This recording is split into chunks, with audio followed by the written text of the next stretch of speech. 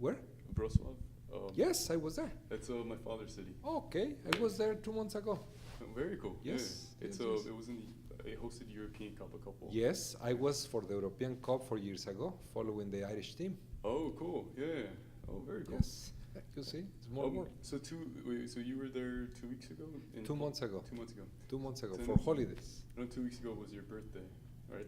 Yeah. Happy belated birthday. And you know who else's birthdays that day? June 14th, right? Donald Trump. Oh. They were born the same day, yeah. Oh, wow. That's Yeah, but you know, I mean, of course, Kosovo has the guru in it. I hope.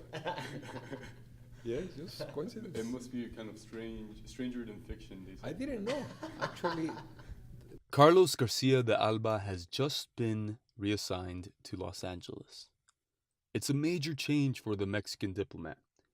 From representing 2,500 Mexican nationals as ambassador to Ireland, to representing 4.5 million as consulate general in Los Angeles. It's a whole different ballgame. And he's got some big shoes to fill. His predecessor was promoted to the post of Ambassador of Mexico to the United States.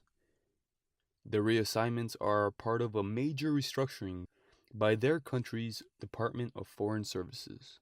it was the time for my government to make a few adjustments in the lineup. So in the last few months, yes, our ambassador to DC was changed, and 29 out of 50 consuls were changed. I'm one of those that was changed, and well, my government decided that it was time for me to be transferred.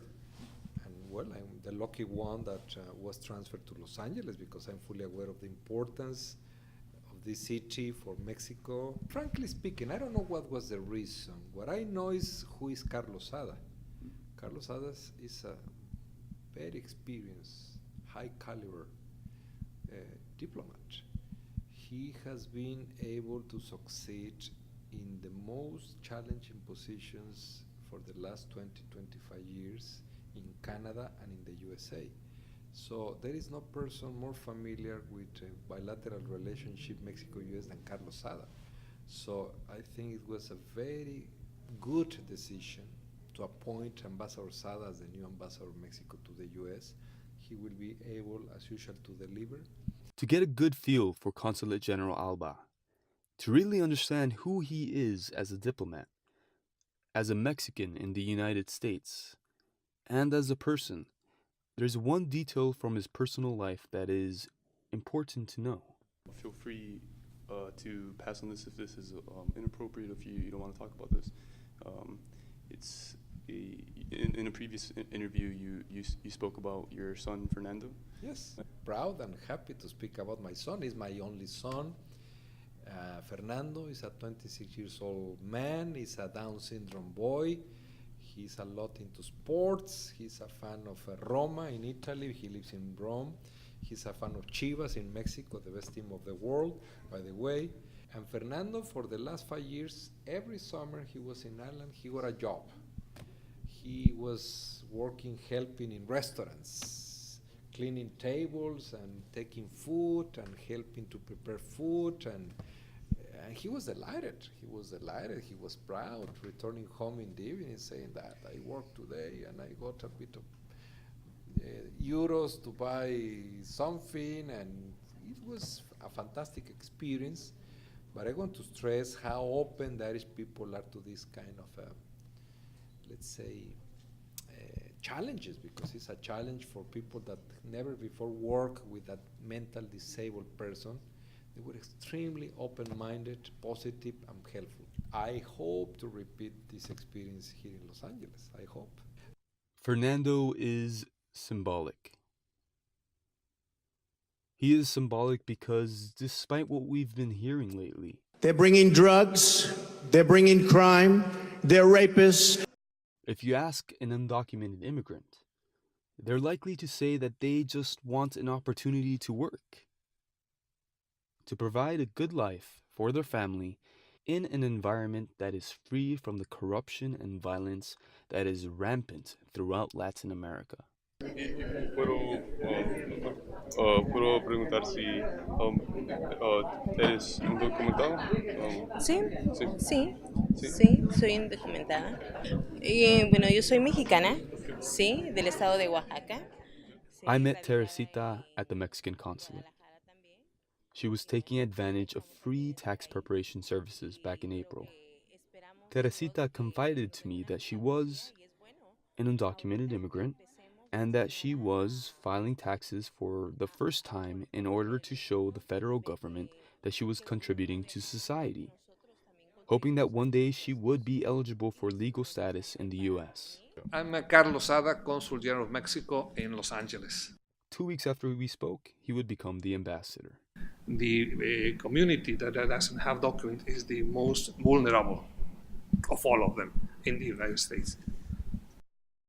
We are hand in hand working with the communities, with the authorities, with the congressmen, senators, council members. So we are working very closely because anything that happens in Sacramento or here in the city hall, it has an impact in our community. So we are interacting with them. And once there is something, a new bill that is enacted, we try to take advantage with our community of what it is offering to that law, to this position of the legislation. So for us, it's crucial to be very much connected with the legal system, with authorities, because it has an impact in our community, no doubt. In late June, the Supreme Court announced their ruling in the case U.S. versus Texas, which treated the controversy surrounding President Obama's executive actions on immigration, DAPA and extended DACA. It was a 4-4 tie. According to Niels Frenzen, My official title is a clinical professor of law at Gould School of Law, University of Southern California, and I also direct our immigration clinical program. there may have been some considerations not explicitly addressed in the published opinions of the court.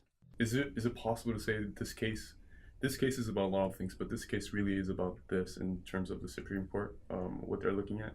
I mean, is it about immigrants, undocumented immigrants, or is it about something else?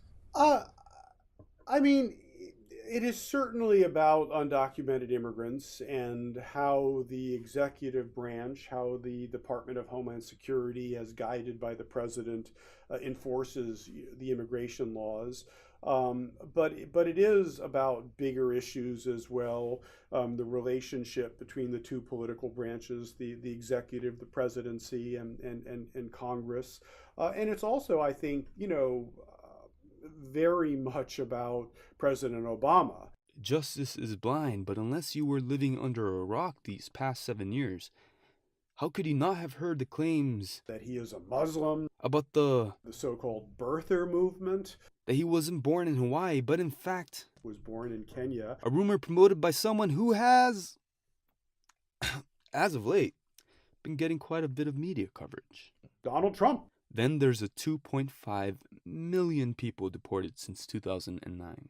The Obama administration has deported greater numbers of people than any of the previous administrations in history, and at a faster rate. But what if, in some parallel universe, Hillary Clinton won in 2008?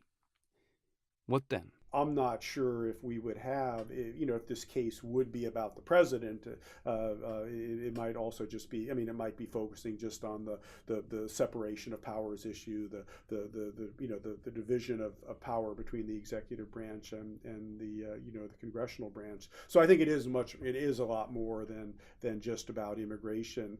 But, and as you were saying, in terms of Justice Kennedy's comments, the estimates are that these two programs, these two executive programs that are at issue, would have a direct impact on estimates are approximately 4 million of the 11 million undocumented individuals in the United States. So now we wait until the next president is elected, until he or she appoints a new Supreme Court justice, until a lower court decision on DAPA and extended DACA can be reviewed once again by the nation's highest court.